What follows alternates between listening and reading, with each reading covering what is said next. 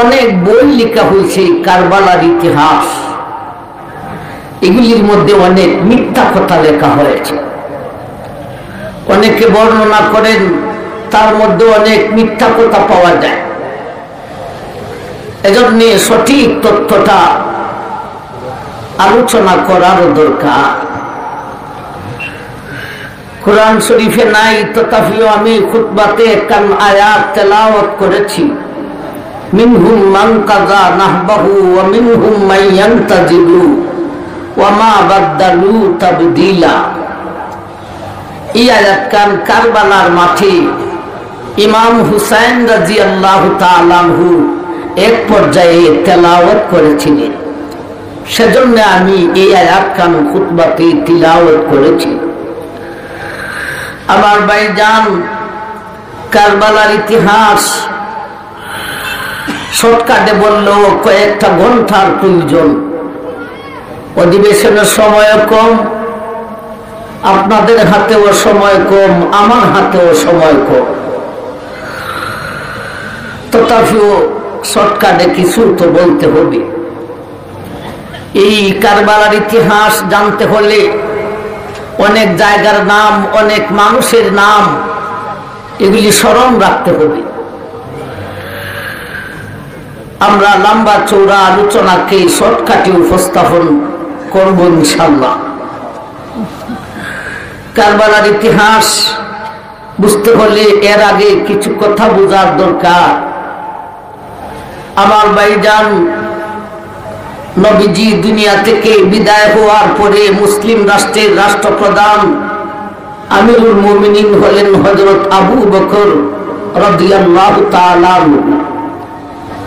ওনার পরে মুসলিম রাষ্ট্রের আমিরুল মুমিনিন হলেন খলিফাতুল মুসলিমিন হযরত ওমর ফারুক রাদিয়াল্লাহু তাআলা আনহু। উনি দুনিয়া থেকে বিদায় হওয়ার পরে মুসলিম রাষ্ট্রের রাষ্ট্রপ্রধান হলেন হযরত উসমান গনি রাদিয়াল্লাহু তাআলা আনহু। উনি দুনিয়া থেকে বিদায় হওয়ার পরে মুসলিম রাষ্ট্রের রাষ্ট্রপ্রধান আমিরুল মুমিনিন হলেন হযরত আলী রাদিয়াল্লাহু তাআলা। ওনার পরে মুসলিম রাষ্ট্রের রাষ্ট্রপ্রধান হলেন হযরত আলীর ছেলে, নবীর নাতি ইমাম হাসান রাদিয়াল্লাহু তাআলা আনহু। তিনি মাত্র 6 মাস ছিলেন রাষ্ট্রপ্রধান। দুনিয়া থেকে বিদায় নেওয়ার আগে স্বেচ্ছায় তিনি মুসলমানের ঝগড়াকে বন্ধ করে দেওয়ার জন্য আল্লাহর নবীর সাহাবী হযরত আমির মুআবিয়া রাদিয়াল্লাহু তাআলা আনহুর হাতে তুলে দিলেন। আবার ভাই, দেশটা প্রাদেশিকা ছিল, বেশ কয়েকটা প্রদেশ ছিল, প্রদেশে গভর্নরও ছিল। মক্কা একটা প্রদেশ, মদিনা একটা প্রদেশ, ইরাকের ভিতরে 2টা প্রদেশ, বসরা একটা প্রদেশ, কুফা একটা প্রদেশ, সিরিয়া একটা প্রদেশ, ইরান তখন তার নাম ছিল রে আর একটা প্রদেশ। আমার ভাইজান, আমরা এই কথাগুলি না বুঝলে সামনে কথা বুঝবো না। এবারে হাসান আর হুসাইনকে একটু চিনার দরকার, সাথে সাথে ইয়াজিদকেও একটু চিনার দরকার। ইয়াজিদ হলো আল্লাহর নবীর সাহাবী হযরত মুআবিয়া রাদিয়াল্লাহু তাআলা আনহুর সন্তান। নবীজির এক সাহাবী মুআবিয়া, আমির মুআবিয়ার সন্তান ইয়াজিদ। সে ছিল দুষ্টু ছেলে। কিছুদিন আগে একটা ওয়াজে আমার কানে এসে পড়ছে, একজনে বলতেছেন ইয়াজিদ তাহাজ্জুদ গুজার ছিল। ভাই, আমি কোন ইতিহাসে এই পর্যন্ত ভাই নেই যে ইয়াজিদ তাহাজ্জুদ গুজার ছিল। ইয়াজিদ এমন কোন গুনাহ নাই যেই গুনাহ করে নাই। সব জায়েজকে না জায়েজ মনে করতো, না জায়েজকে জায়েজ মনে করতো। এত দুষ্টু ছেলে ছিল। একজন সাহাবীর কোলে এত দুষ্টু ছেলে কিভাবে জন্ম নিল? সাহাবী আমির মুআবিয়া, ইয়াজিদের আব্বা, তিনি কয়েকটা বিয়া করেছিলেন, তবে সাইডের উপরে নয়। তোর মধ্যে একটা বিবি ছিল ওনার দুষ্টু, মাইসুম বিনতে নজদল কালবিয়া। এই দুষ্ট মহিলা থেকে দুষ্ট ছেলের আগমন হইল ইয়াজিদ। আমরা ইয়াজিদের পরিচয়টাও পাইলাম। সাহাবীর কোলে এত দুষ্ট ছেলে কেমনে হলো তার কিছুটা তথ্য আমরা পাইলাম। এখন একটু হাসান আর হুসাইনকে চিনতে হয়। আমার ভাইজান, নবীজির মেয়ে, নবীজির কলিজার টুকরা, খাতুনে জান্নাত ফাতিমা রাদিয়াল্লাহু তাআলা আনহা, ওনাকে বিয়ে দেওয়া হলো আসাদুল্লাহ গালি শের খুদা আলীর কাছে। এই দুইজনের মাধ্যমে নবীর মেয়ের কুল থেকে নবীর দুই নাতি দুনিয়াতে আগমন করলেন। বড়জন হলেন ইমাম হাসান, ছোট্টজন হলেন ইমাম হুসাইন রাদিয়াল্লাহু তাআলা আনহুমা। আল্লাহর নবী নাতিদের দুই নাতিকে এত মহব্বত করতেন। শুধু নাতির মহব্বত কি কি করেছেন তা বলতে গেলেও একদিনের একটা অধিবেশনের প্রয়োজন। এত আদর করতেন নাতি দুইটাকে।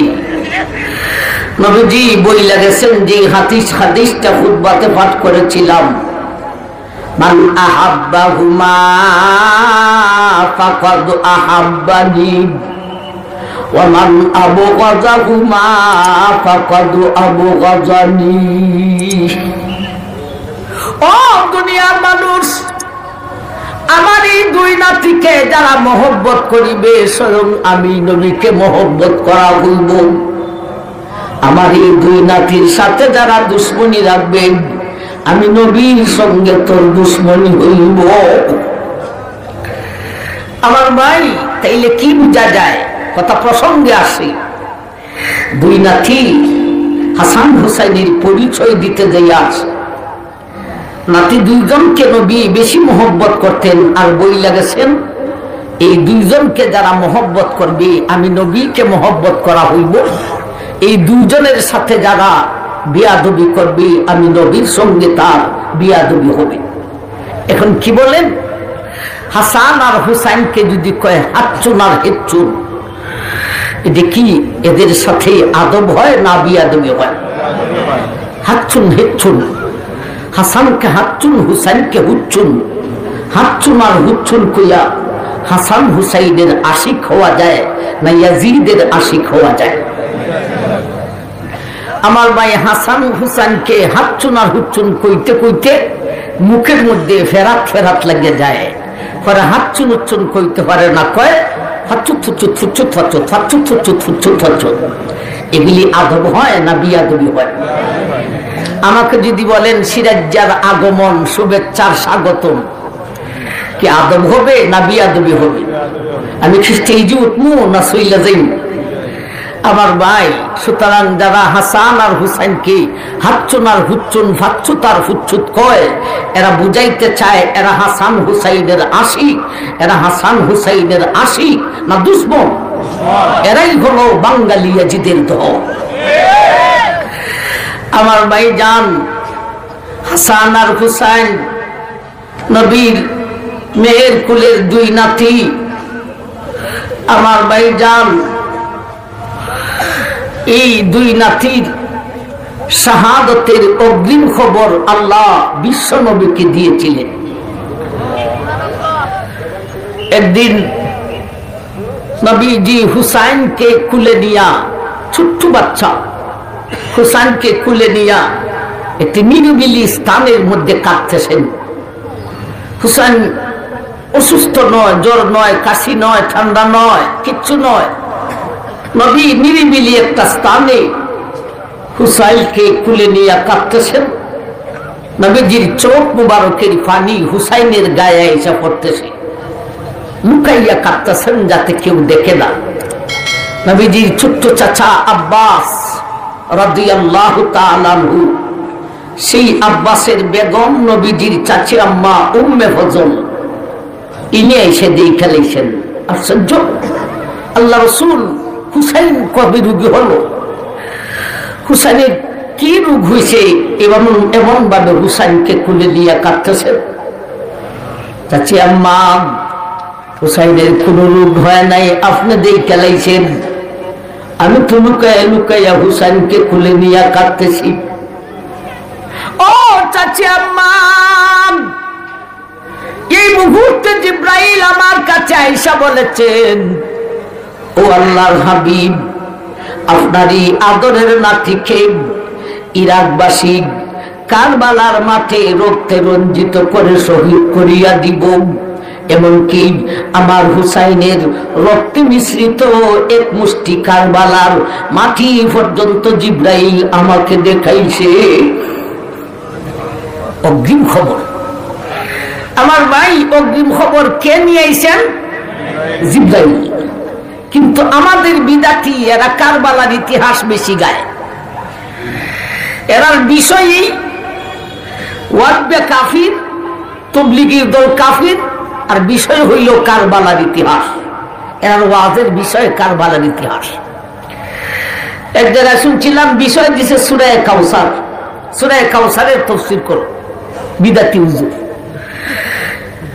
সূরা কাউসার তেলাওয়াত করছে, তেলাওয়াত কইরা কয় এই সূরা খান আল্লাহর নবীর উপর নাযিল হইছে, আর নবীর নাতি ইমাম হুসাইন কইয়া কারবালার ইতিহাস শুরু করে দিছে। এটা সূরা কাউসারের তাফসীর। এরা জনগণ এরকম, জনগণ নারায়ণ বুদ্ধি একেবারে চালিতেছে। সূরা কাউসারের তাফসীর করে, কারবালার ইতিহাস করে। এজন্য সম্ভবত কর্তৃপক্ষ চাইছেন যে খালি বিদাতিরা কারবালার ইতিহাস কয়, সঠিক কয় না মিথ্যা কয় না কি কয়, আমরা আহলে সুন্নাত ওয়াল জামাত উলামায়ে দেওবন্দের জবান থেকে শোনার দরকার। ঠিক না বেটি? কথাটা কেন আসছে? উম্মে ফজল নবীজির চাচা আম্মা আয়েশা দেখছেন কাঁদতেছেন। নবী বললেন, আমি কাঁদতেছি, আমারই নাতি তো শহীদ হয়ে যাবি কারবালার মাঠে। এখান থেকে এরা কয়, নবী যদি আলিমুল গায়েব না হইতেন তাইলে এই কথা কই থেকে বললেন? হে বিয়াক্কল, আল্লাহ জিব্রাইল যে সৃষ্টি করছিলেন কেন? নবীর কাছে এই সমস্ত খবর পৌঁছাইবার জন্য, ওহী পৌঁছাইবার জন্য। নবী যদি আলিমুল গায়েব হতেনি তাইলে জিব্রাইলের কোনো প্রয়োজন ছিল না। আমার ভাইজান, জনগণকে আর কত দুঃখা দিবে? নবীজি বলছেন, চাচি আম্মা, এই মুহূর্তে জিব্রাইল আইসা আমাকে বলতেছেন এই কথাটা আর বলে না। আমার ভাইজান, একদিন ঈদের দিনে হাসান আর হুসাইন দুজন, হুসাইনও মোটামুটি কথা বলতে পারে, হাতে ধরতে পারে, আর হাসান হলেন হুসাইন থেকে আনুমানিক 2 বছরের বড়। ঈদের দিনে দুজন দৌড়াইয়া তাদের আম্মার কাছে, খাতুনে জান্নাত ফাতিমা রাদিয়াল্লাহু তাআলা আনহার কাছে এসে বলতেছে, আম্মা, আজকে ঈদের দিন না? আমাদের বয়সের ছেলেরা ঈদের দিনের নতুন পোশাক পরিধান করে ঈদের আনন্দ মানাইতেছে। আম্মা, আমাদেরকে ঈদের নতুন পোশাক দিলে না গো মা। খাতুনে জান্নাত ফাতিমা রাদিয়াল্লাহু তাআলা আনহা 2 জাহানের বাদশার মেয়ে, মুসলিম জাহানের বাদশার মেয়ে। তিনি শুধু মুসলিম জাহানের বাদশা নয়, তিনি আখিরাত বাদশা, 2 জাহানের বাদশা। ঠিক না বেটি? কিন্তু 2 জাহানের বাদশার মেয়ের পকেটটা খুব গরম না ঠান্ডা? আর এই দুনিয়ার আমার ভাই প্রেসিডেন্ট তো দূরের কথা, একটা মেম্বারের মেয়ে হইলে কত গরম পকেট। ঠিক না বেঠি? আমি কি সাধারণ বেঠি? আমার বাবা হলেন মেম্বার। খাতুনে জান্নাত ফাতিমা এত পেরেশান হয়ে গেছেন, হা কইতেন কিভাবে, না কইবেন কিভাবে।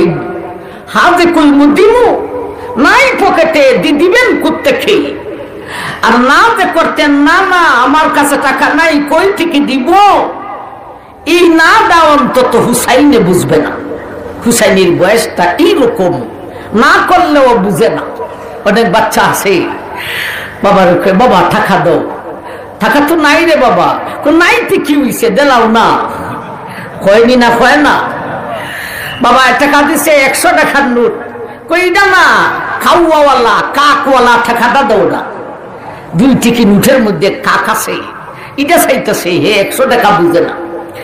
এই বয়সের হুসাইন, এর হুসাইনকে যদি বলেন না রে বাবা আমার কাছে তো মুদ্রা নাই, টাকা করি নাই, অর্থ করি নাই, কই থেকে দিব, অন্তত হুসাইনে বুঝবে না, সে বলবে নাই থেকে হইছে, দিয়া দাও না।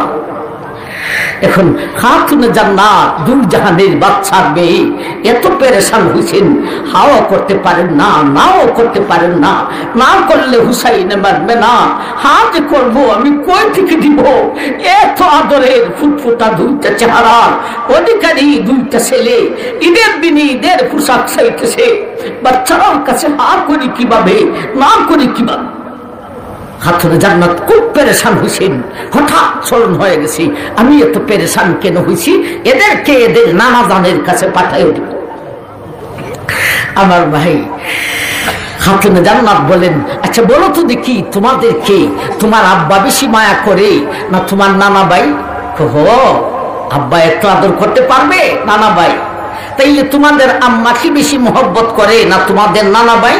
আম্মা তুমি এত মহব্বত করতে পারবে না, নানা ভাই জি মহব্বত করে, জি আদর করে, এত আদর করে তোমাদের নানা ভাই।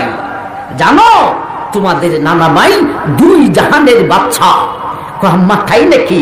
কহ তোমাদের নানা ভাই দুই জাহানের বাচ্চা, আর তোমাদেরকে এত আদর করেন, তোমরা আমার কাছে আসছো কেন?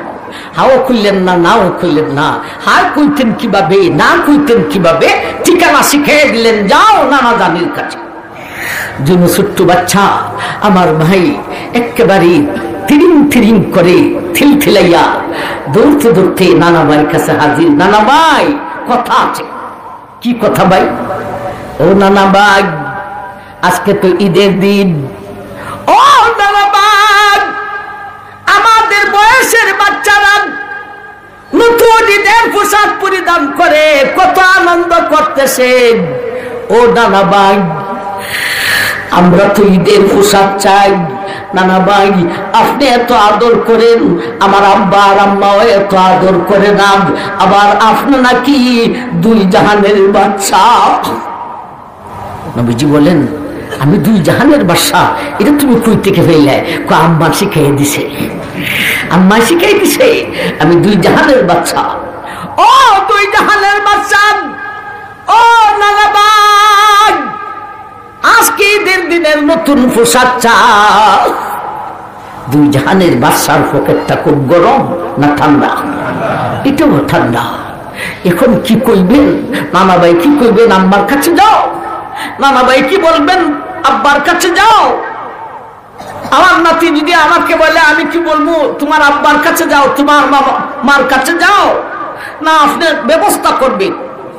নাতি আইসা চাইছে, নবীজির পকেটটা তো ঠান্ডা, না করলে তো হুসাইনের বয়স হয়েছে না, না বুঝবে না। হা যে করতাম, কই থেকে হা করবো? আমার কাছে তো মুদ্রা নাই, অর্থ করি নাই। নবীজি এত পেরেশান হয়েছেন ঈদের দিনে, নাতি দুইজনকে নিয়া নবীজির কফান মোবারকে ঘাম আসে গেছে। আমার ভাই আল্লাহ এই অবস্থা দেখতেছেন না? দেখতেছেন না? ও জিব্রাইল আর দেরি করা যায় না রে। এ জিব্রাইল এই মুহূর্তে আমার হাবিবের কাছে যাও। আমার হাবিব বড় পেরেশান হয়ে গেছেন। যে বলো আজকে ঈদের দিনের পোশাক, আপনার আদরের দুই নাতির ঈদের দিনের পোশাক স্বয়ং আমি আল্লাহ ব্যবস্থা করিয়া দিব। জিব্রাইল হাজির নবীজির কাছে এসা, নবীজি আর পেরেশান হইয়েন না, আল্লাহ আমাকে পাঠাইছেন, স্বয়ং আল্লাহ ব্যবস্থা করে দিবেন। নবীজির পেরেশানি দূর হয়ে গেছে।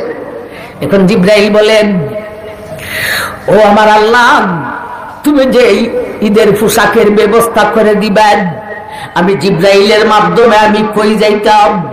জিব্রাইলে আগে জিজ্ঞাসা করো আমার নবী যেন তার দুই নাতিকে জিজ্ঞাসা করেন এরা কোন রঙের কাপড় পছন্দ করে, কে কোন রংটা চাও। ও বড় নাতি হাসান কোন রংটা তোমার ভালো লাগে? এর আগে হাও করছেন না, নাও করছেন না, খালি পেরেশানি হয়েছে। কোন রংটা তোমার পছন্দ লাগে? ও বাবা আমার কাছে সবুজ রংটা খুব ভালো লাগে। এ আদরের ছোট নাতি হুসাইন, তোমার কাছে কোন রংটা ভালো লাগে? নবীজি ও জিজ্ঞাসা করলেন, তোমার কাছে কোন রংটা ভালো লাগে? নানা ভাই, আমার কাছে টকটকা লাল রঙের কাপড়টা বড় ভালো লাগে। একজনে সবুজ চাইলেন, ছোট জনে লাল চাইলেন। জিবরাইল বলেন, ও আমার আল্লাহ, একজনে সবুজ আর একজনে লাল, এই দুই রঙের কাপড় তুমি আল্লাহ ব্যবস্থা করে দিবে বলতেন, আমি জিবরাইলকে পাঠাইবে। এখন কোন মার্কেটে যাইব?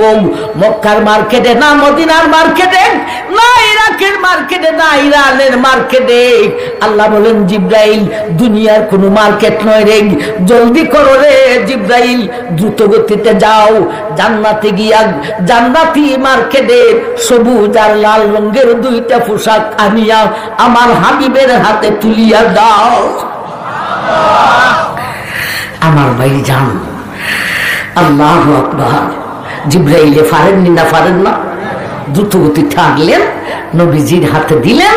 নবীজি নিজ হাতে হাসানকে সবুজ রঙের পোশাক, হুসাইনকে লাল রঙের পোশাক পরিধান করাইয়া দিলেন। এখন জিবরাইল বলেন, হুজুর আমার তো যাইবার সময় এসে গেছে, যতটুক সময়ের জন্য আল্লাহ আমাকে আপনার কাছে পাঠাইয়াছিলেন এই টাইমটা শেষ, আমি এখন যাইতাম গা।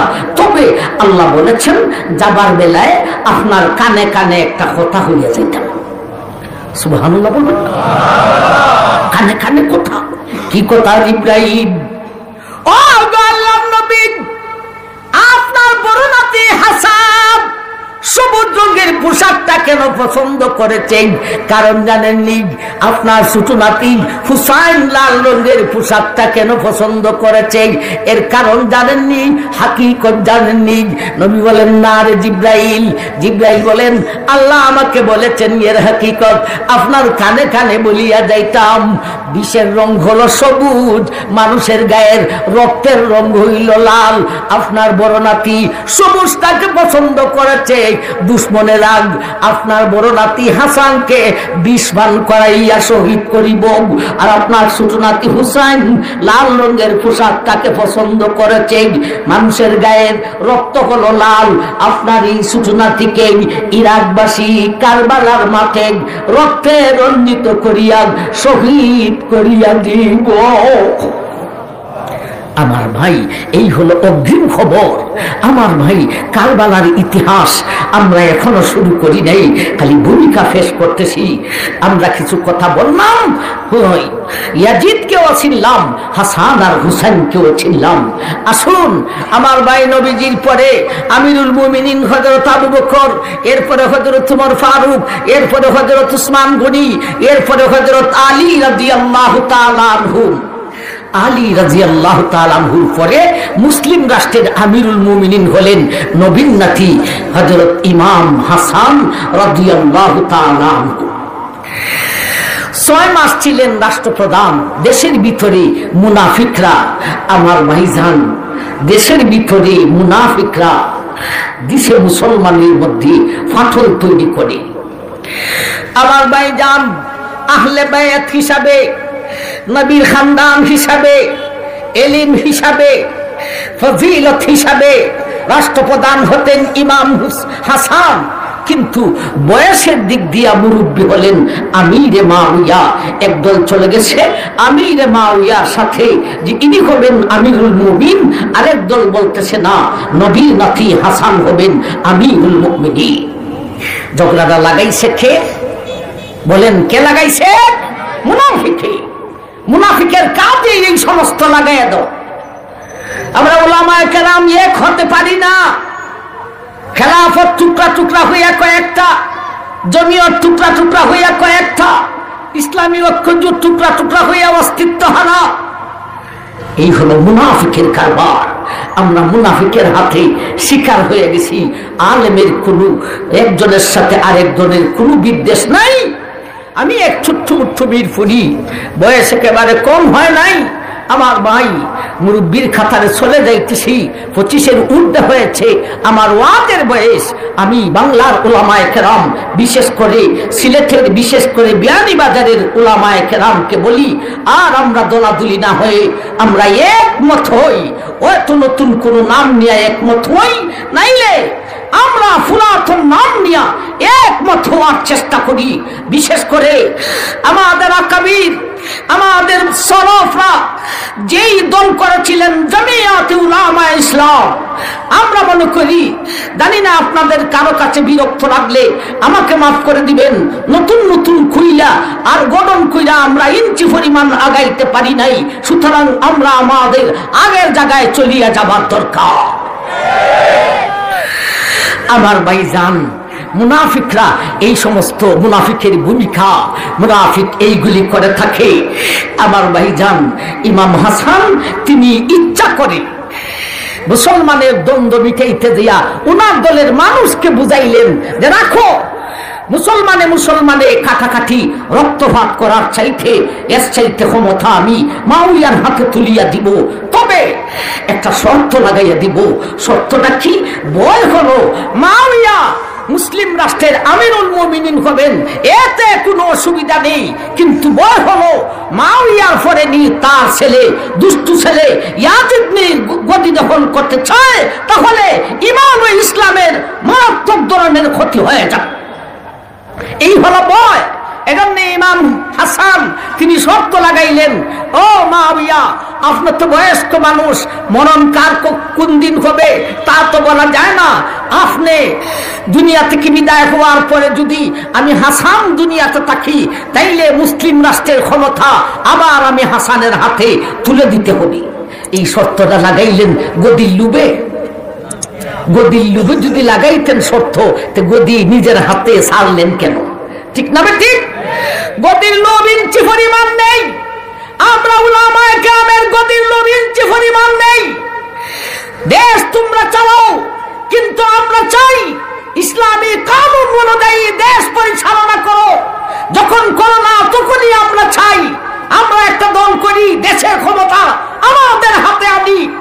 ক্ষমতার লোভে নয়, আমাদের মূল থিওরিটা হলো ইসলামী আইন আমরা তোমার কাছে চাই। এজন্যে মাওইয়া কাছে শর্ত লাগাইলেন, আপনার পরে যদি আমি হাসান দুনিয়াতে থাকি, তাইলে রাষ্ট্রীয় ক্ষমতা আমি হাসানের হাতে আবার তুলিয়া দিতে হবে। আমার ভাইজান, আল্লাহু আকবার। এখন ক্ষমতা তো গেল মাওইয়া রাদিয়াল্লাহু তাআলা আনহুর কাছে। আমার ভাই নবীজি, হযরত আবু বকর, হযরত উমর ফারুক, হযরত উসমান গনি, এই ওনাদের যুগে মুসলিম রাষ্ট্রের রাজধানী ছিল মদিনায়। কিন্তু হযরত আলী রাদিয়াল্লাহু তাআলা আনহুর যুগে এসা আমার ভাই যের হাতে আসে, এর হাতেই আগের থেকে মুসলিম রাষ্ট্রের প্রসার প্রশস্ততা আরো বাড়ে। হযরত আলীর কাছে এসা এত বাড়া বাড়ছে যে মদিনায় রাজধানী রাখলে দেশটাকে চালানোর জন্য সুবিধাজনক হয় না। সুবিধাজনক হতে গিয়া রাজধানীকে পরিবর্তন করে ইরাকে নিলেন। আমার ভাই মাওইয়া রাদিয়াল্লাহু তাআলা আনহুর হাতে যাওয়ার পরে মুসলিম রাষ্ট্রের প্রসারতা আরো বেড়ে গেছে। রাষ্ট্রকে সুশৃঙ্খল ভাবে পরিচালনা করার জন্য রাজধানী ইরাক থেকে পরিবর্তন করে সিরিয়াতে নিয়ে গেলেন। মাওইয়া দেশ পরিচালনা করতেছেন, কত সুন্দর মুসলিম দেশ পরিচালিত হয়েছে নবীজির সাহাবীর হাতে। আমার ভাই শান্তভাবে চলেছে। কিন্তু ইয়াজিদের প্রচেষ্টা হলো আমার বাবা দুনিয়াতে থাকাকালীন যদি হাসানকে বিদায় করে দিতে পারি, তাইলে আমার কাটা শেষ। আমার বাবা দুনিয়া থেকে বিদায় হলে সঙ্গে সঙ্গে আমি ক্ষমতায় উপবিষ্ট হয়ে যাব। কথাটা বুঝাইতেছে না? বাবার পরে আমি ক্ষমতাসীন হব, কিন্তু এর আগে হাসানকে দুনিয়া থেকে বিদায় করতে হবে। আর না হলে আমার বাবার পরে হাসান হবে মুসলিম রাষ্ট্রের আমিরুল মুমিনিন। শুরু হইল পদক্ষেপ, হাসানকে কিভাবে শহীদ করা যায়। একবার নয়, বেশ কয়েকবার হাসানকে বিষ পান করানো হয়েছে। আমার ভাই শেষবারের মতো এমন বিষ পান করানো হয়েছে, আর হাসান দুনিয়াতে থাকবেন না। আমার ভাইজান হাসান এমন বিষ পান করাইয়া দিয়েছে, হাসান রাদিয়াল্লাহু তাআলা আনহুর আতুরি টুকরা টুকরা হইয়া পিছনের রাস্তা দিয়া বাহির হওয়া শুরু হয়েছে। ছোট ভাই হুসাইন বড় ভাইয়ের কাছে যেয়ে বসলেন, ভাই কে আপনাকে বিষ পান করাইছে? অন্তত অনুমান করে হলো, সন্দেহজনক হলো, আপনি একটু নামটা বলেন না। শয্যাশায়িত অবস্থায় হাসান ছোট ভাইকে বলেন, নামটা বললে কি করবে? নামটা বললে ভাই আপনার চক্রাত শুরু হয়েছে, আপনার জান বাহির হওয়ার আগে আগে ওর জানটাকে বের করে দিবে। ইমাম হাসান বললেন, না রে আমার ছোট ভাই হুসাইন, এইরকম নাম বলবো না, কারণ আমি যদি নাম বলি সে যদি আমাকে বিষ পান করায় তাকে সত্যি এর বিচার আল্লাহ করবেন, আর যদি সে আমাকে বিষ পান না করায় তাকে, তাইলে কাল কিয়ামতের দিন হাসরের মাঠে তুমি অমুকের হত্যাকারী হইয়া হাসরের মাঠে উঠবে। সুতরাং সন্দেহজনক নাম আমি বলবো না। আমার ভাই সন্দেহজনক নাম বলবো না। আসামিকে রিমান্ডে দিয়া রিমান্ডের শাস্তি দিয়া যা মনে চায় তার মুখ দিয়া বাহির করা, এটা কোন পদ্ধতি? ঠিক না বেঠিক? রিমান্ডে দিয়া আসামির মুখ দিয়া বাহির করা, এটা কোন পদ্ধতি? শরীয়তে এই পদ্ধতি নেই। শরীয়তের পদ্ধতি হলো সাক্ষী আনো, সাক্ষী না থাকলে কসম খাও। কথা না ঠিক না বেঠিক? রিমান্ডের তেলায় এ হা রে না কইতে থাকে, না রে হা কইতে থাকে। আবার ভাইজান ইমাম হাসান শিক্ষা দিলেন, এইভাবে সন্দেহজনক আমি নাম বলবো না। এখন সময় একেবারে অন্তিম হয়ে গেছে, হাসান দুনিয়া থেকে বিদায় হয়ে যাবেন। হাসানের চেহারাটা বড় মলিন। হুসাইন বলেন, ও আমার বড় ভাই, আপনার চেহারা এত মলিন কেন? এ আমার বড় ভাই, আপনার মা হলেন খাতুনে জান্নাত, আপনার বাবা হলেন আসাদুল্লাহ বিল গালি শেরে খুদা আলী, আপনার নানা হলেন বিশ্বনবী আকায়ে নামদার তাজদারে মদিনা।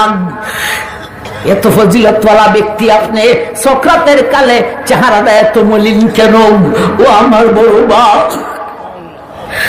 সক্রাতের কালে আলীর ছেলে, খাতুনে জান্নাতের ছেলে, বিশ্বনবীর নাতির চেহারা মলিন হবে কেন? ও বড় ভাই, আমার তো সন্দেহ লাগতেছে কোন গুনাহ আপনি করেছেন। এটা ভাঙ্গিয়া ফেলেন না, কেন আপনার চেহারা মলিন?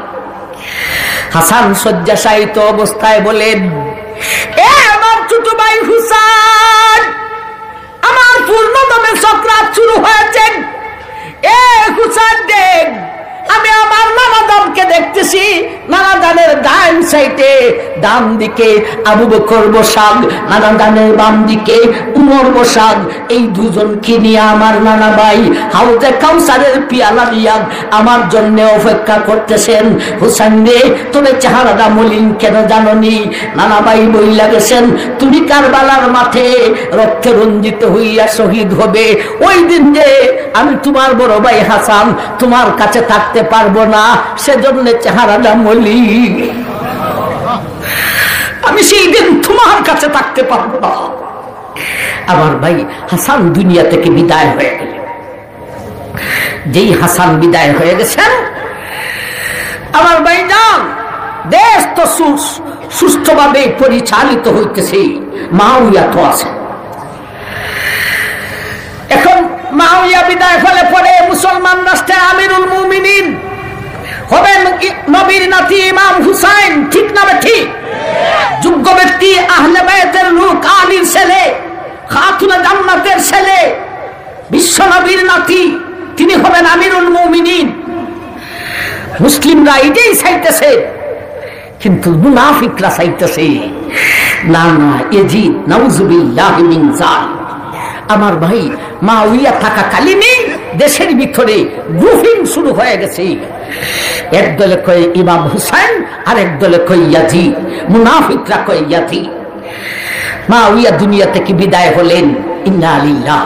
সঙ্গে সঙ্গে তখন তো রাজধানী হলো সিরিয়াতে, ইয়াজিদ ও সিরিয়াতে। সে সঙ্গে সঙ্গে গদিতে উপবিষ্ট হলো, সে রাষ্ট্রপ্রধান বলে দাবি করল। এখন বুড়াবুড়ি হবে, ইন্তেখাব করা হবে। আমার ভাই, নির্বাচন করা হবে। নির্বাচন কিভাবে হয়? দেশের সব জনে ভোট দিবে। এটা শরীয়তের নির্বাচন নয়। সময় হাতে কম, সব কথা ভাঙ্গা বলা যাবে না। আমার ভাই, শরীয়তের নির্বাচন সবে ভোট দিবে, এভাবে নয়। কারণ সুরায় যদি ভোট দিতে যায় আরেক সুর খেয়ে সমর্থন করবে, ডাকাতে আরেক ডাকাতকে সমর্থন করবে। সুতরাং সবের ভোট নেওয়া হবে, এটা শরীয়তের নীতি নয়। শরীয়তের নিয়ম হলো উল্লেখযোগ্য ব্যক্তিরা শুধু ভোট দিবে। আপনারা কেউ বলতে, হুজুর আপনারাও তো সবাই আপনারাও মাঝে মধ্যে চেয়ারম্যান মেম্বারের দ্বারান, এমপির দ্বারান, সবের কাছে বসান। আমাদেরকে পরিস্থিতি বাধ্য করেছে।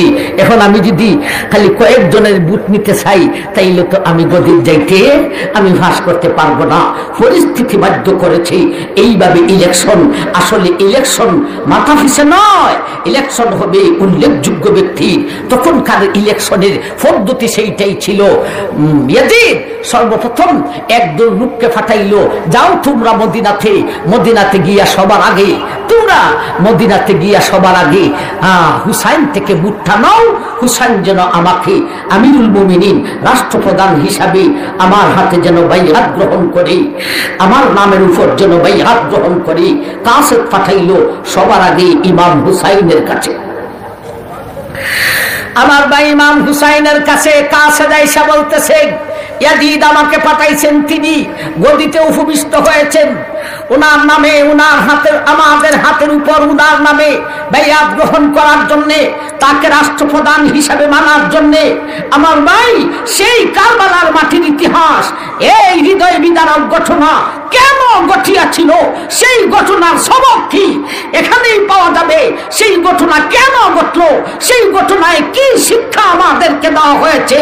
শিক্ষা আমাদেরকে দেওয়া হয়েছে মুহররমের 10 তারিখে হাসান আর হুসাইনকে হেচ্চুনার হাচ্চুতার হুচ্চুত করে আমার ভাই বুকে কিল দিয়া ছুরি লাগাইয়া রক্ত বাহির করা, এই সমস্তর জন্য নয়।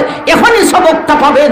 ইমাম হুসাইন বললেন, আমার গায়ে একটা ফুটা রক্ত থাকতে ফাসিক ফুজ্জারকে কোনোদিন মুসলিম রাষ্ট্রের রাষ্ট্রপ্রধান মানতে পারি না। এটা হলো মুহররমের কারবালার, মুহররমের 10 তারিখে কারবালার ইতিহাসের মূল সবকটা হয়েছিনি। মুহররমের 10 তারিখে কারবালার ইতিহাসে কি সবক দেয়? ফাসিক ফুজ্জারকে মুসলিম রাষ্ট্রের আমিরুল মুমিনিন কখনো গ্রহণ করা যায় না। আমি ইমানদার, আমার গায়ে এক ফোঁটা রক্ত থাকতে আমি ফাসিক ফুজ্জারকে মুসলিম রাষ্ট্রের রাষ্ট্রপ্রধান হিসাবে মানতে রাজি না। এটা হলো সবক। আমার ভাই, আমরা স্বীকৃতি পাইছি, স্বীকৃতি ভাইয়া অস্বীকৃতি কতটুক আগাইছে এটাও পুরা বুঝছি না। আমার ভাই, আমরা একটার পর একটা দাবি জানাইতেছি। বুলার যেই ঘটনা হয়েছিল, এই ঘটনার বিচারটা কি হয়েছে? আমার ভাই, আমি ছোট্টবেলা থেকে এ পর্যন্ত শুনে আসতেছি, কাদিয়ানীকে কাফির ঘোষণা করো, কাদিয়ানীকে কাফের ঘোষণা করো, নবীর পরে নবী নাই, সংসদে আইন চাই। আমার ছোট্টবেলায় আমি যখন নাবালক ছিলাম, তখনও ঢাকার মুড়ায় মুড়ায় আমি আমার দ্বারা ভাষণ দেওয়ানো হইতো। আমার ভাইজান, তখন থেকে দেখে আসতেছি সরকারের কাছে দাবি চাওয়া হইতেছে। আজও পর্যন্ত কোন সরকার আমাদের দাবিকে বাস্তবায়ন করে নাই। সুতরাং আমরা এই কথা বুঝি, ফাসিক ফুজ্জারের হাতে ক্ষমতা থাকলে কোনদিন ইসলামের পূর্ণ ভূমিকা রাষ্ট্রের মধ্যে কায়েম হতে পারে না। এটাই হলো কারবালার ইতিহাসের মূল সবক, ঠিক না বেঠিক? আমরা এখনো দাবিটা জানাই। মাদ্রাসারে কৌমিয়তরে স্বীকৃতি দিছ, ভালো কথা।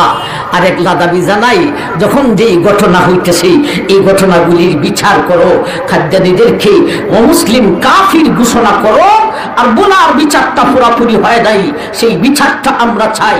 আমরা একটার পর একটা গোঠে আমরাও চাইয়া দিতেছি, আমাদের দাবিগুলিকে পূরণ করো।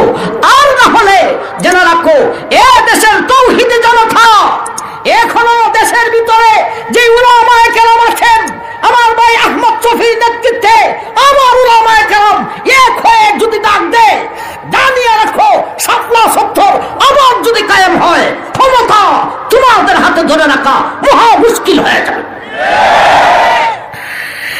আমার ভাইজান, আসলে আমি কিন্তু বাসনের ব্যক্তি নই, আমি তফসিরের ব্যক্তি। কথাটা আইসে বিদায় বললাম, কাহারও ব্যথা লাগলে আল্লাহর কাছে মাফ করে দিবেন।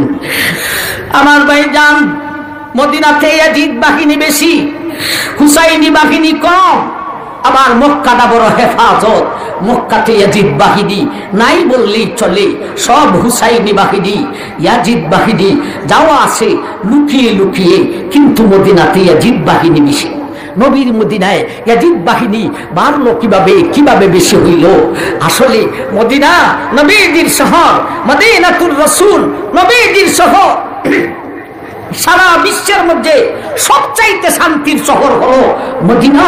এর জন্য বিভিন্ন জায়গা থেকে মানুষ আইসা জায়গা খরিদ করিয়া এরা বাড়িঘর করে মদিনার বসতি হয়েছে, অথচ ওরা বালা মানুষ নয়।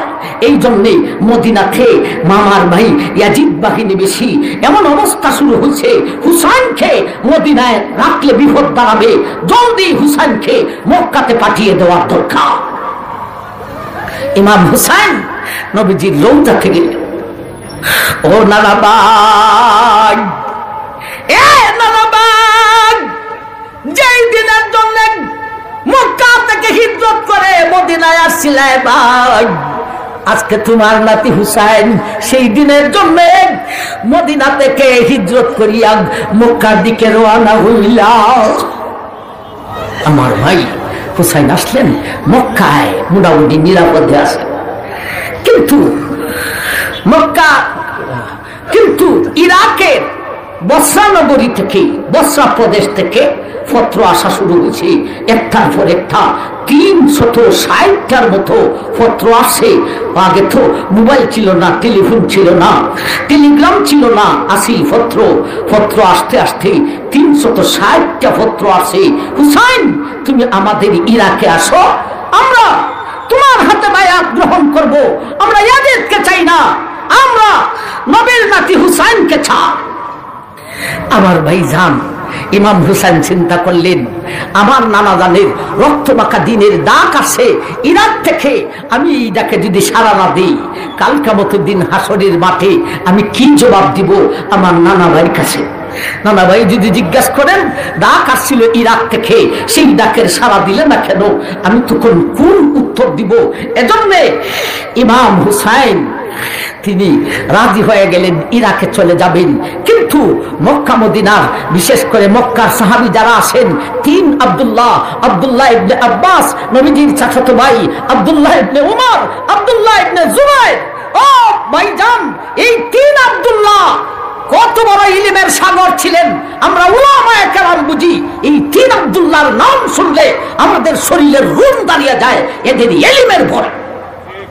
আব্দুল্লাহ ইবনে উমর, আব্দুল্লাহ ইবনে জুবাইর, আব্দুল্লাহ ইবনে আব্বাস রাদিয়াল্লাহু তাআলা। এই তিনজনে না করতেছেন।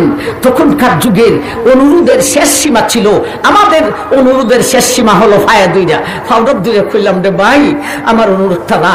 আর তখনকার যুগের অনুরোধের শেষ সীমা ছিল কপালের চুলে দুইটা।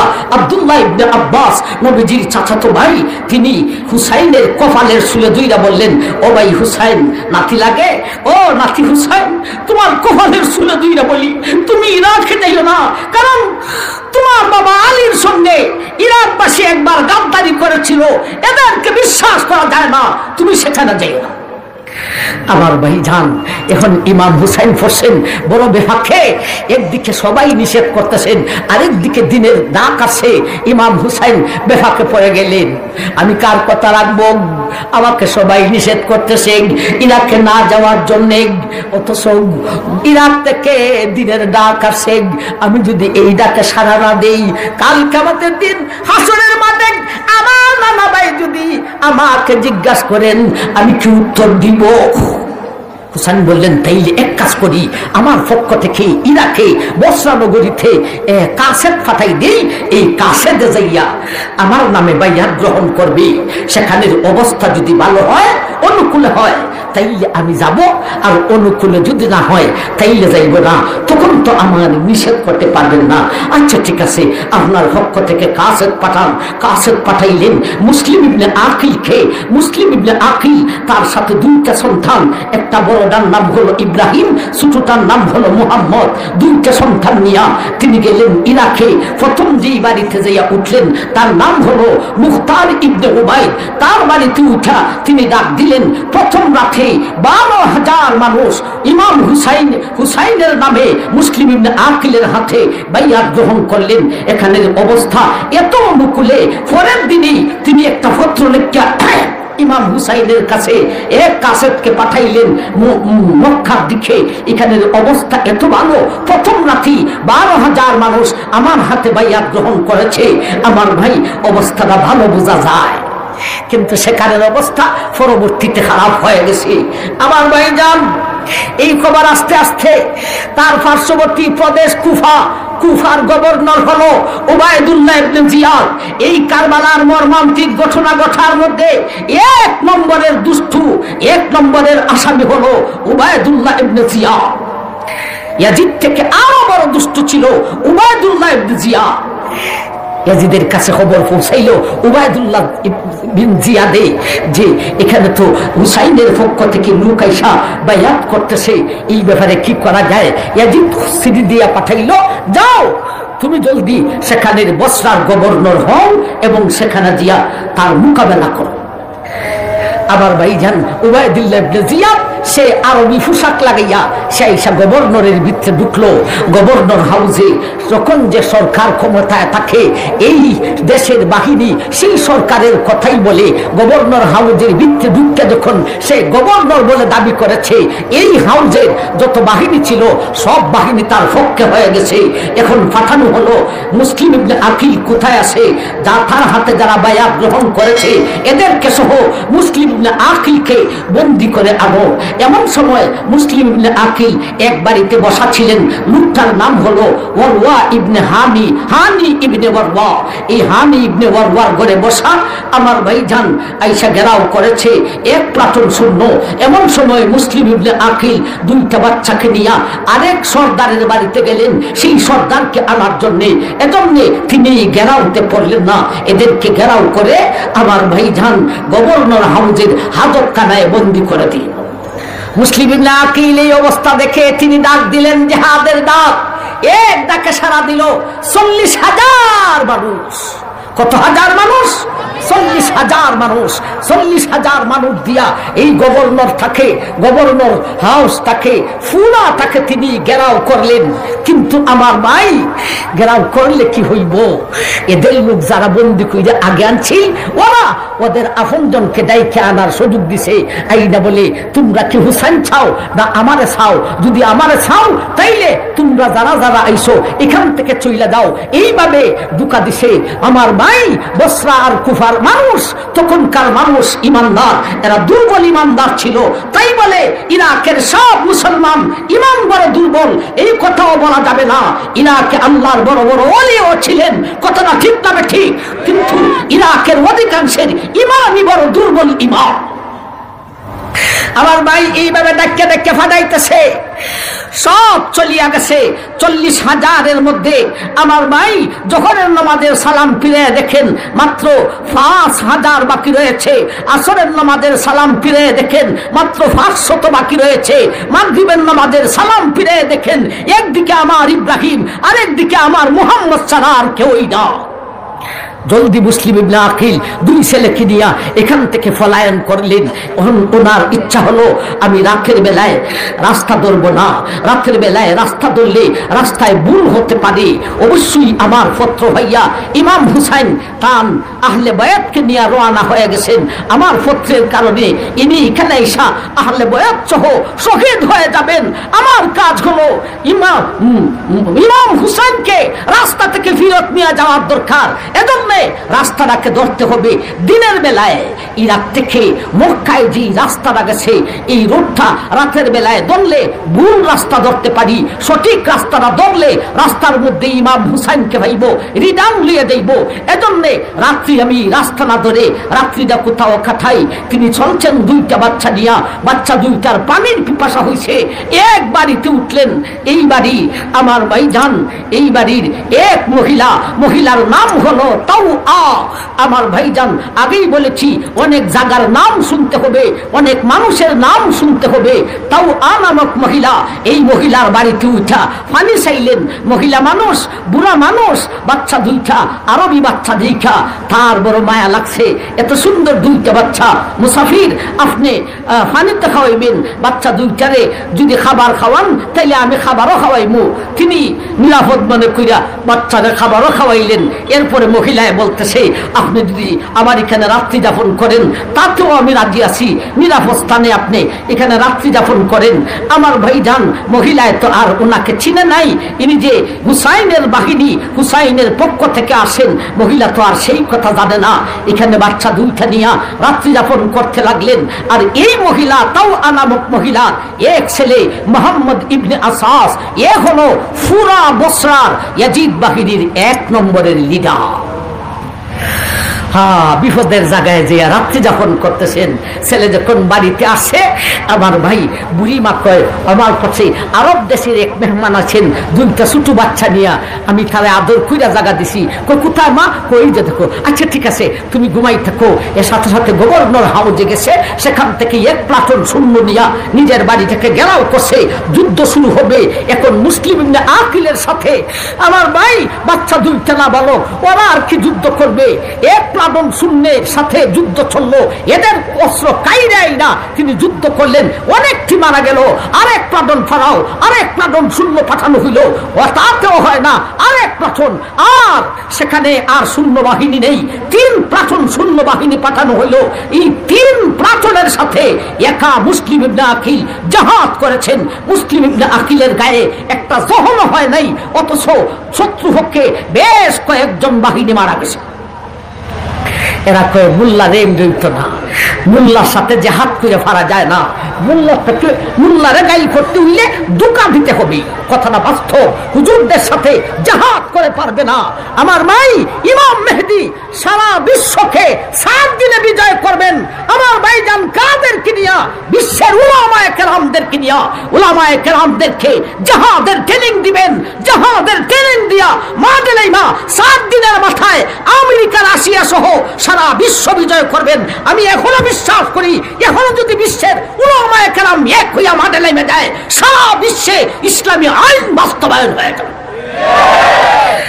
আমার ভাই মোল্লারে বেকায়দাত ফলাইতে হয় দুঃখা দিয়া। এরা কয় উবাইদুল্লাহ ইবনে জিয়াদ খবর পাঠাইছেন, আপনি গভর্নর হাউসে গেলে পরে একটা ফয়সালা হয়ে যাবে। তিনি সরল মনে গেলেন, একটা ফয়সালা হবে। হয়তো দেশটা 2 ভাগে ভাগ হয়ে দাও, 1 ভাগে ইয়াজিদ থাকবে, আরেক ভাগে ইমাম হুসাইন থাকবেন। সেখানে উবাইদুল্লাহ ইবনে জিয়াদ আমার ভাই 3টা গেট ফাড়ি দিয়া যাইতে হয়। প্রথম গেট, দ্বিতীয় গেট, 3 নম্বর গেটের দরজার আড়ালে জাল্লাদ একটা তলোয়ার নিয়ে খাড়া। মুসলিম ইবনে আকিল মাথা বাড়াইছেন, একটা তলোয়ার দিয়া ওয়ান করে মুসলিম ইবনে আকিলকে শহীদ করে দিয়েছে। আমার ভাই 2টা ছেলে পিছনে, ছোটদায় বড়দার দিকে তাকায়, বড়দায় ছোটদার দিকে তাকায়। দুশ্মনরা বড় ছেলে ইব্রাহিমকে বলে তুমি কি চাও? ছেলেদায় বলে আমি কি চাই? দুশ্মনের দল, আমার বাবা যেই পথের প্রতীক হয়েছেন, যেইভাবে শাহাদতের শরবত পান করেছেন, আমিও সেই শাহাদতের শরবত পান করিতে চাই। একটা ওয়ার করেছে ইব্রাহিম শেষ, এখন মুহাম্মদ তুমি কি চাও? আমার বাবা আমার ভাই যেই পথের প্রতীক হয়েছেন, আমিও শাহাদতের শরবত পান করিতে চাই। মুহাম্মদকেও শহীদ করে দিয়েছে। বাবা 2টা ছেলে সহ শহীদ হয়ে গেলেন। এই খবর তো হুসাইনের কাছে আসে নাই আমার ভাইজান। অথচ হুসাইন যেই তারিখে এরা শহীদ হলো, সেই মাসটা ছিল জিলহজের 3 তারিখ। জিলহজের 3 তারিখে তিনি তার ছেলে 2টাকে নিয়ে শহীদ হলেন। ঠিক এই জিলহজের 3 তারিখে ঠিক সেই সময় ইমাম হুসাইন আহলে বয়তের 82 জনের কাফেলা নিয়ে তিনি রওনা হইলেন জিলহজ মাসের 3 তারিখে কুফা বসরার দিকে, ইরাকের দিকে। আমার ভাইজান 82 জনের মধ্যে ইমাম হুসাইন রাদিয়াল্লাহু তাআলা আনহুর ছেলে জাইনুল আবেদিন, তখন তার বয়স হলো 22, তিনি মারাত্মক ধরনের রুগ্ন। আরো 2টা ছেলে আলী আসগর, আলী আকবর। আলী আকবরের বয়স ছিল 18, আলী আসগর ছিলেন কুলের ছেলে। আর একটা মেয়ে ছিল সাকিনা, বিবি সাকিনা, নামটা শুনছেন না আপনারা? বিবি সাকিনা, কত সুন্দর নাম। ওইটার এক কয় সফিনা, আরো কত কিছু লাগাইয়া কয় মামুরাদি জীবনাদি আমারাদি, মামুরাদি জীবনাদি আমারাদি সফিনা, একই গড়ে 3 জন রানী, খালি সোনার মদিনা। হেচ্ছো নাউজুবিল্লাহি মিন যালিক। বাতিদার এই ডিস্টার্বটা দিত আসিল নাকি? এটা তো একটা দেখাইবার বিষয়, খালি হইলে তো উঠো না। বাবা রানী জিওর আরে রানী সফিনা, একই গড়ে 3 জন রানী, খালি সোনার মদিনা। হেচ্ছো বুক ফাটে দিব। সফিনা বিলি, সফিনা না সাকিনা, সাকিনা। আমার ভাইজান এইভাবে হযরত হাসানের আরো 4 ছেলে, এক ছেলের নাম আবু বকর, এক ছেলের নাম উমর। এই আসল আবু বকর আর উমর নয়, এরা হলো হাসানের ছেলে। আমার ভাই আরেক ছেলের নাম কাসিম। আমার ভাই এইভাবে 82 জনের কাফেলার মধ্যে যুদ্ধ করার মতো ব্যক্তি হলেন 72 জন, আর 10 জন হলেন কেউ মহিলা, আর কেউ শিশু, আর কেউ হলো রুগ্ন অবস্থায়। আমার ভাই রওনা হইলেন, আল্লাহু আকবার, রওনা হইলেন। অনেক মঞ্জিল ফাড়ি দিলেন। প্রথমে গেলেন কাদেশিয়া, এরপরে জারদা, এরপরে বতনুর রুম্মা, এরপরে বতনুর রুম্মা, জারদা, এই সমস্ত জায়গা হারি দিয়া কাদেশিয়া জায়গায় যখন পৌঁছলেন, তখন ইয়াজিদ ইবনে রাবাহি ওনাকে বন্দী করে দিল। রাস্তায় যারে প্রত্যেকটা মঞ্জিলে যে খবর নিলেন, ও হলি একটা খবর দিল, এই ওনার কাছের যে মুসলিম ইবনে আকিল যে ছেলে নিয়ে শহীদ হয়েছেন, এটা উনি খবর কেউ দেয় নাই, এটা জানেন নাই। আমার ভাই সবাই বলল, আমরা ইরাকের অবস্থা যা বুঝছি, এদের মন, এদের তলোয়ার, এদের মন আপনার সাথে, কিন্তু তলোয়ার ইয়াজিদের সাথে। মনটাই যে আপনারে ভালোই হয়, কিন্তু দুর্বল ইমান যেই দিকে ঝুঁকি লয় সেই দিকে যায়। এরপরে আমার ভাই কাদেশিয়া নামক জায়গায় দিয়া খবর পাইলেন, এক কাফেরে বলতেছে, ইমাম হুসাইন আর সামনে পারবেন না, আপনার কাছে যে পাঠাইছেন মুসলিম ইবনে আকিল, সেই মুসলিম ইবনে আকিল তার 2টা ছেলে ইব্রাহিম আর মুহাম্মদ নিয়াম 3 জন শহীদ হয়ে গিয়েছে। ইমাম হুসাইন এলান করলেন, তাহলে আমরা আর সামনে বাড়বো না, আমরা পিছনে চলে যাই, রিটার্ন চলে যাই। কারণ আমাকে নিষেধ করা হয়েছিল, আমি পাইলাম খবর সেখানের অবস্থা অনুকূলে আছে, তাই আর সামনে না বাইরা পিছনের দিকে চলে যায়।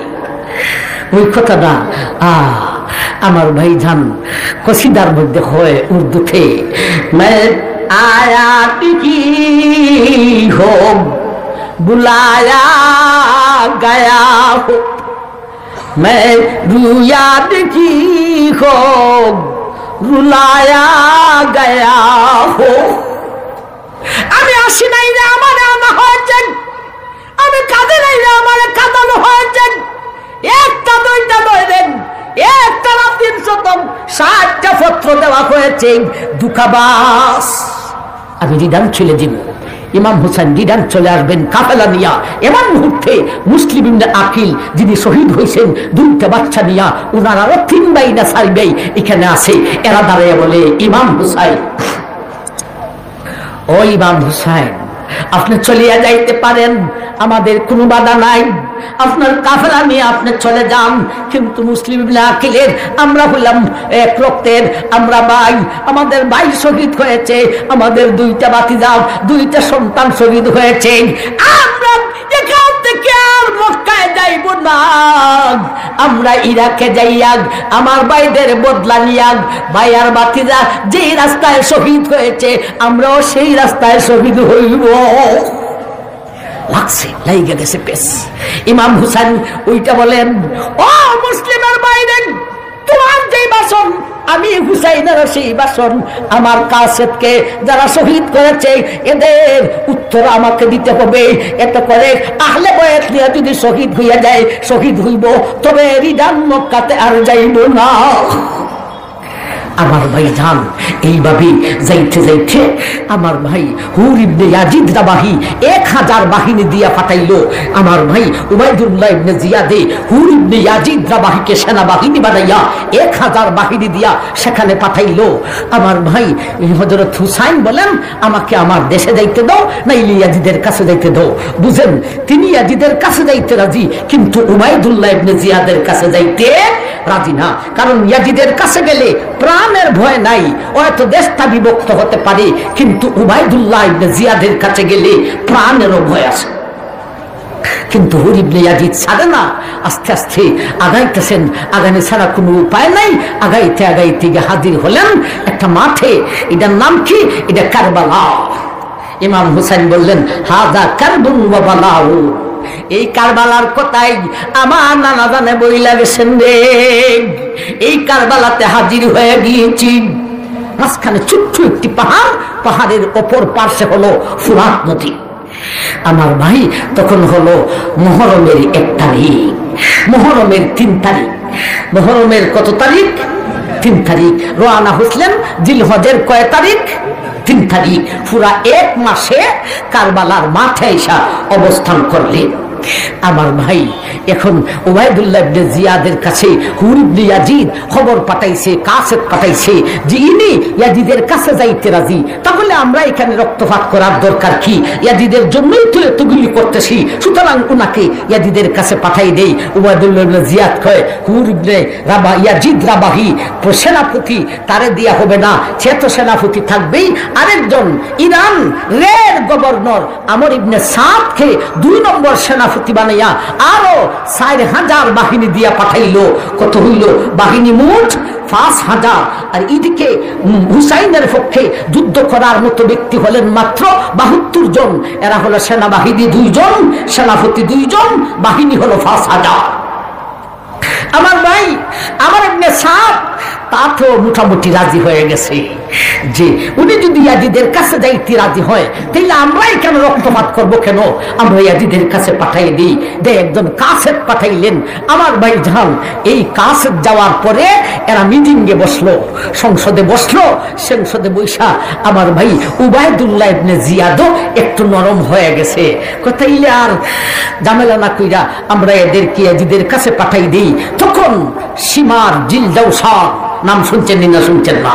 সীমাইরা দাঁড়ায় কয়, ও উবাইদুল্লাহ ইবনে জিয়াদ, হুসাইন তোমার হাতে, তোমার ফান্দায় ধরা পড়েছে, যদি ছুটতে পারে পরে তোমার খবর হইব। সীমারে দিছে আবার আগুন লাগাইয়া। তখন উবাইদুল্লাহ ইবনে জিয়াদ কয়, তাইলে যাও, তোমার সেনাপতি বানাইলাম, তুমি 3 নম্বর সেনাপতি। সীমার জিলজাউসান বাহিনী দিল। আমার ভাই আগে আসিল 5000, এখন দিল আরো 17, 18, 19, 20, 21, 22, আরো 17000। আমার ভাই সীমারের হাতে বাহিনী দিল আরো কত হাজার? 17000। আগে আসিল কত হাজার? 5000 আর 17000 কত হাজার? 22000। 22000-এর সাথে মোকাবেলা করবেন কত জনে? মাত্র 72 জন। সেনাপতি জিলজাউসান এদিও আসলো। আমার ভাই জান যুদ্ধের ঢঙ্কা বাজতেছে। ইমাম হুসাইন করলেন কি? তিনি সামনের দিকটা খোলা রাখা ডান বাম পিছনে গর্ত খুদে আগুন জ্বালিয়ে দিলেন, যাতে এই 3 দিকে হামলা করতে পারে না, শুধু মোকাবেলা হবে সামনের দিকে। কিন্তু কিছু দুশ্মনী করছে।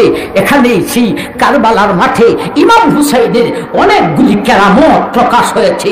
এই কেরামতের কথা বলতে গেলে একদিনের এক অধিবেশন এখানেই দরকার।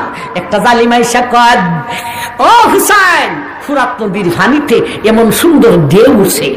আমার ভাইজান যখন আইছে জিলহজের 7 তারিখ, আমার ভাইজান মুহররমের 7 তারিখ না, মুহররমের 3 তারিখে যখন হাজির হলেন, আমার ভাই সীমারা যখন 17,000 বাহিনী নিয়ে আসলো, এরা 500 বাহিনী মোতায়েন করছে যাতে করে ফুরাত নদীতে হুসাইনের বাহিনী যাইতে পারে না। ইমাম হুসাইন 50 জন বাহিনীকে দিলেন, 50 জনে 500 জন্য জাহাজ করে যুদ্ধ করে ফুরাত নদীতে গিয়া পানি আনছে। এই পানিতে মোটামুটি কিছুদিন গেল, মুহররমের 7 তারিখে আর একটা ফুটা পানিও নাই। আমার ভাই আইসা গেছে 10 তারিখ, যুদ্ধের প্রস্তুতি শুরু হয়েছে। একটা জালিম আইসা কয় ফুরাত নদীর পানিতে ঢেউছে। ইমাম হুসাইন সহ্য করতে পারেন না। ইমাম হুসাইন বলেন, এইবারে বদদুয়া দিয়া দিলেন, ও আল্লাহ, আমি তোমার হাবিবের নাতি, যে হাবিবকে সৃষ্টি না করলে ফুরাত নদী সৃষ্টি করা হইতো না। পানি নাই, আবার আইসা আমাকে বলে ফুরাত নদীতে পানির ঢেউ হইছে। খুদা, এই জালিমটার উপর তুমি তোমার গজব নাযিল করো। ইমাম হুসাইন খুঁজা শেষ করতে পারেন নাই, সাথে সাথে এই জালিমটায় দৌড় লইছে, আর খালি হয় আতাস আতাস আতাস আতাস। আতাস মানে পিপাসা, পিপাসা, পিপাসায় বুক ফাইটা গেল রে, পিপাসায় বুক ফাইটা গেল রে। এ হয়েছিল ফুরাত নদীর পানি, ঢেউ এত সুন্দর, এর পিপাসায় বুক ফাইটে যাইতেছে। ওর লোকরা পানি নিয়ে আসিছে, এর পিছনে দৌড়তেছে, দাঁড়া দাঁড়া পানি নিয়ে আসি, দাঁড়া দাঁড়া পানি নিয়ে আসি। এই কই থেকে দাঁড়াইতো, লোকের কথা শুনে না, শুধু দৌড়ে ওই আল্লাহ তাস আল্লাহ তাস আল্লাহ তাস, এইভাবে দৌড়তে দৌড়তে কলিজা ফাটিয়া সাথে সাথে মারা গেছে। আল্লাহ আকবার হইতেন না? সুবহানাল্লাহ সুবহানাল্লাহ। ওলিদের সাথে লাগবায় বিপদ আছে। আমার ভাইজান আরেক জালিমে আইসা কয় ও হুসাইন, দুজখের আগুনে যাইবার আগে দি দুনিয়ার আগুন জ্বালাই দিয়েছ। নাউজুবিল্লাহ। যারা যেই দুইজন সাইয়্যিদা শাবাবে আহলিল জান্নাহ, বেহেশতের সর্দার, এই সর্দাররা আইসা কয় দুজখের আগুনে জ্বালবার আগে দুনিয়ার আগুন জ্বালাইছো। ইমাম হুসাইন সহ্য করতে পারেন নাই, তিনি সাথে সাথে বদদুয়া দিলেন, এ ঘোষণা করেছেন, তোমার থেকে জালিয়া ঘোষণা করেছেন আমি হলাম জান্নাতের সর্দার। এ কয় দুজখের আগুনে যাইবার আগে দুনিয়ার আগুন জ্বালাইয়া দিয়েছি, বিচারটা তোমার কাছে চাইলে মৌলা। সাথে সাথে বিচার হয়ে গেছে। এ ছিল গুড়ার উপরে কেজুয়া, এটা ছিল আগের যুগের প্রাইভেট কার।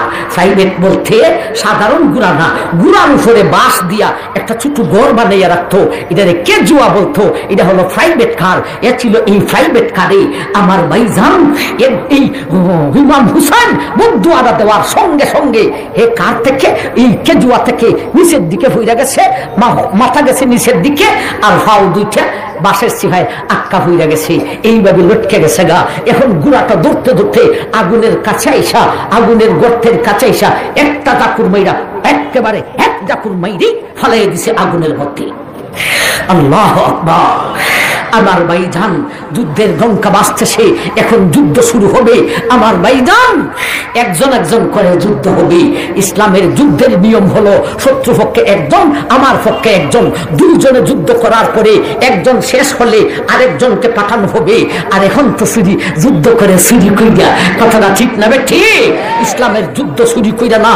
আসো, এখনো বিশ্বের মধ্যে যেই মুসলমান আছে, এইভাবে যদি বিশ্বের মুসলমান এখনো যদি বিশ্বের বেঈমানের সাথে শরিয়া যুদ্ধ করে, এক একজনে, আমি মনে করি আমি নির্ভুরি 10টাকে হত্যা করার আগে আমি নির্ভুরিকে শহীদ করতে পারবে না, যদিও আমি শুধু, কারণ আমার ভিতরে ঈমানের পাওয়ার রয়েছে।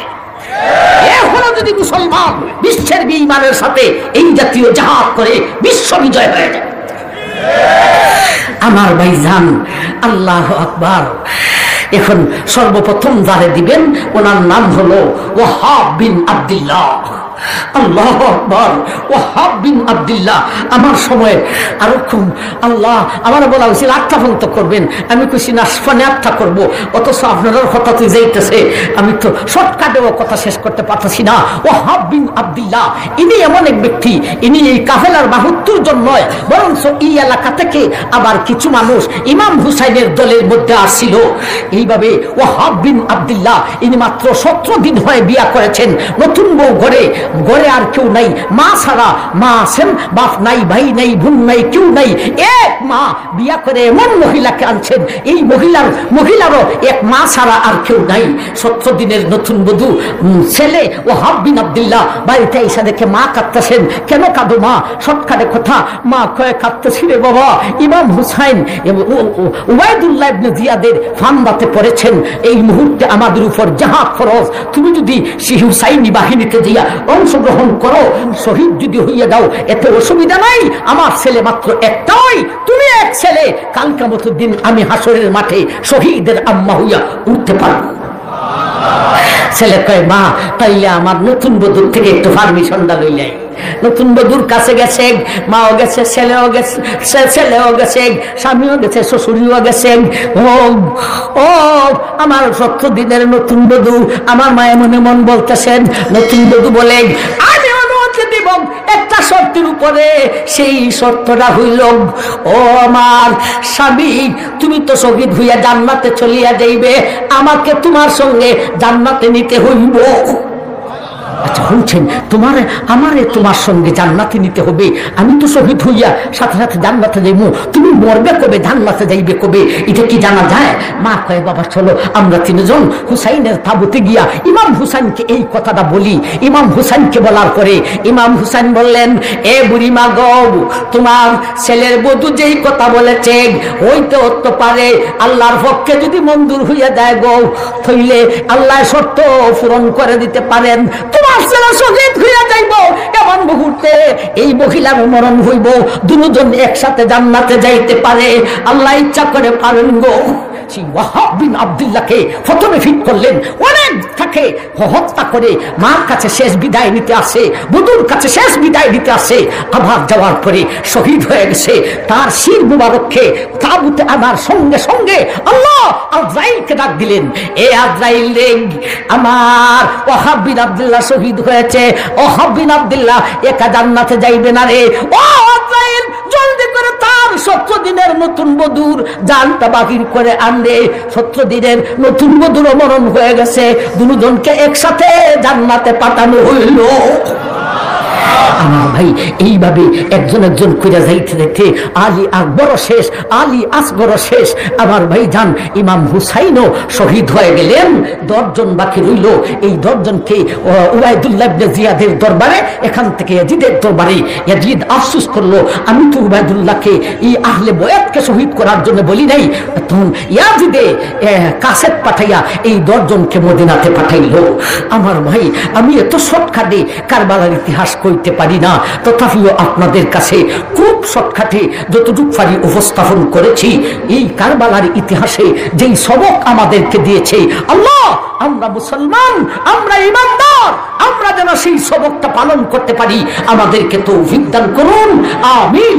ওয়া আখিরু দাওয়ানা আনিল হামদুলিল্লাহি রাব্বিল